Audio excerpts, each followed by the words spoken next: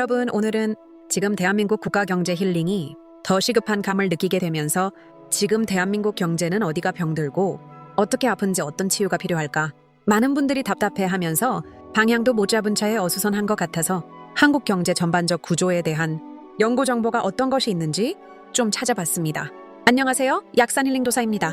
무너질까 우려하는 한국 경제, 정밀 진단과 치유의 길, 대한민국 경제 6단계 심층 해부 보고서, 제1단계 환경 실태, 중환자실에 누운 한국 경제, 증상은 무엇인가? 지금 대한민국 경제는 단순한 감기가 아니라 장기 부전이라는 중병을 앓고 중환자실에 누워 있습니다. 우리가 체감하는 팍팍한 현실은 일시적인 현상이 아니라 30년간 누적된 병증이 터져 나오는 위급 상황입니다. 한국개발연구원 KDI의 최신 보고서에 따르면 한국의 잠재 성장률은 2000년대 초반 5%대에서 2026년 현재 1%대 중반까지 수직 추락했습니다. 잠재 성장률이 떨어진다는 것은 국가가 가진 기초 체력 자체가 고갈되어 아무리 영양제를 맞아도 힘을 못 쓰는 상태를 의미합니다. 여기에 더해 소비자 물가 상승률은 둔화되었다고 하지만 이미 올라버린 생활 물가는 서민들의 실질 소득을 마이너스로 만들고 있습니다. 통계청 가계 동향 조사를 보면 실질 가처분 소득은 감소하는데 필수 생계비 지출은 늘어나는 전형적인 빈곤의 악순환이 관찰됩니다. 수출 지표가 반짝 반등했다고 해서 경제가 살아난 것이 아닙니다. 이는 반도체 가격 상승에 따른 착시 효과일 뿐 고용 유발 효과가 큰 제조업 가동률은 1997년 함 외환 위기 수준을 위협하고 있습니다. 우리는 지금 성장판이 닫혀버린 경제, 늙어가는 국가라는 냉혹한 환경 속에 덩그러니 놓여 있습니다.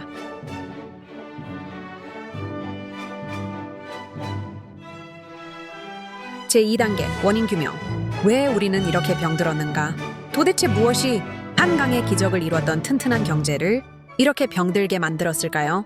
학계 정밀 분석은 그 근본 원인으로 인구 쇼크와 부채 중독이라는 두 가지 합병증을 지목합니다. 한국은행 경제연구원의 인구 구조 분석에 따르면 생산 가능 인구의 급격한 감소는 노동 투입량을 줄여 경제 성장의 엔진을 꺼뜨리고 있습니다.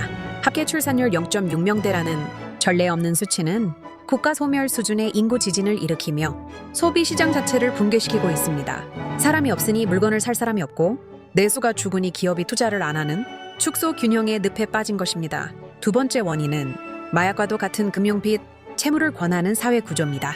국제결제은행 BIS 데이터는 한국의 민간 신용 레버리지가 임계치를 넘었음을 경고하고 있습니다. 지난 10년간 정부는 경기가 안 좋을 때마다 구조 개혁 대신 빚을 내서 집을 사게 하는 손쉬운 부양책을 썼습니다. 그 결과 가계부채는 GDP 대비 100%를 넘어섰고 국민들은 이자 갚느라 지갑을 닫아버리는 대차대조표 불황의 늪에 빠지게 되었습니다. 제3단계 정밀진단, MRI로 들여다본 경제의 환부. 경제의 뼈대인 산업 현장을 MRI로 찍어보면 더 심각한 종양들이 발견됩니다. 첫 번째 환부는 제조업의 너클래커 현상입니다.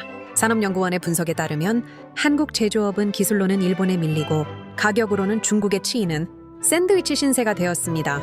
과거에는 기술 격차가 5년 이상 났지만 이제 디스플레이와 배터리 등 핵심 산업에서 중국과의 기술 격차는 거의 제로에 가깝습니다.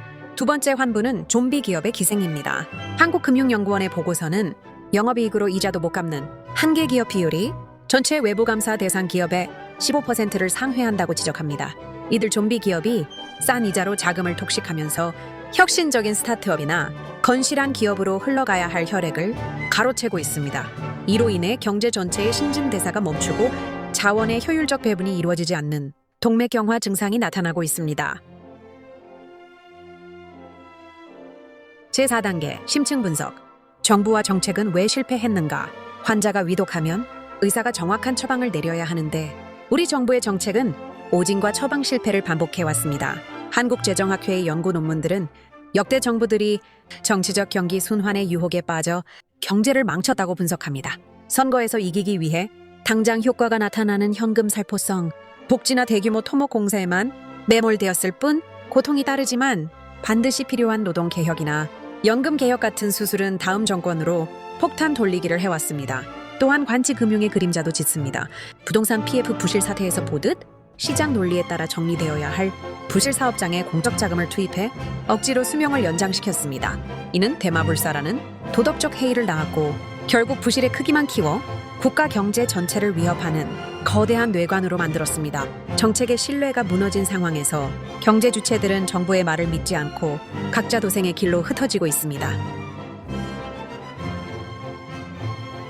제5단계 치유해법, 살아남기 위한 고통스러운 처방전. 이제 병든 경제를 치유하기 위해 우리는 뼈를 깎는 대수술을 시작해야 합니다. 경제적 힐링은 달콤한 위로가 아니라 썩은 살을 도려내는 결단에서 시작됩니다.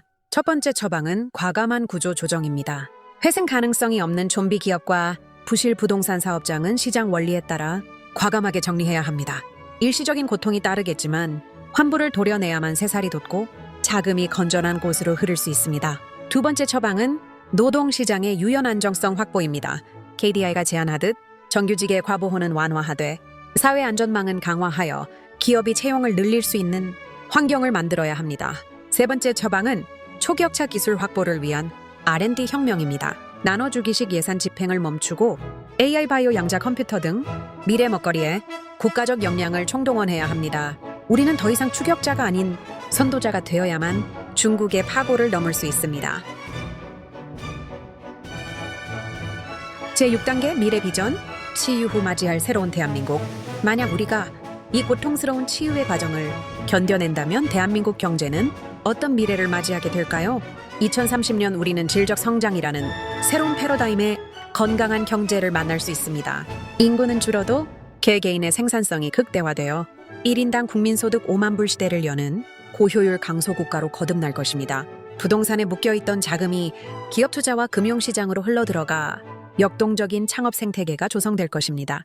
은퇴한 베이비 부머 세대와 청년 세대가 기술과 경험을 나누며 상생하는 진정한 의미의 사회적 힐링이 실현될 것입니다. 하지만 이 골든타임을 놓친다면 우리는 잃어버린 30년을 겪은 일본보다 더 비참한 노후를 맞이할지도 모릅니다. 선택은 우리에게 달려 있습니다. 위기를 인정하고 고통을 분담하며 체질을 개선하는 경제적 치유의 길로 나아갈 것인가, 아니면 진통제에 취해 서서히 죽어갈 것인가. 약산 힐링 도사는 국민 여러분께 호소드리고 싶습니다. 우리는 모두 이제는 깨어나 현실을 직시하고 생존을 위한 변화를 시작할 때라 생각합니다. 지금까지 약산 힐링 도사였습니다. 시청해주셔서 감사드립니다. 본 영상이 유익하셨다면 주변에 많이 공유해주시고 구독과 좋아요도 꾹 눌러주시고요. 알림 설정도 부탁드리겠습니다. 지금같이 춥고 힘든 상황에서 건강 상하지 않도록 건강관리 잘 하시길 바라겠습니다. 감사합니다.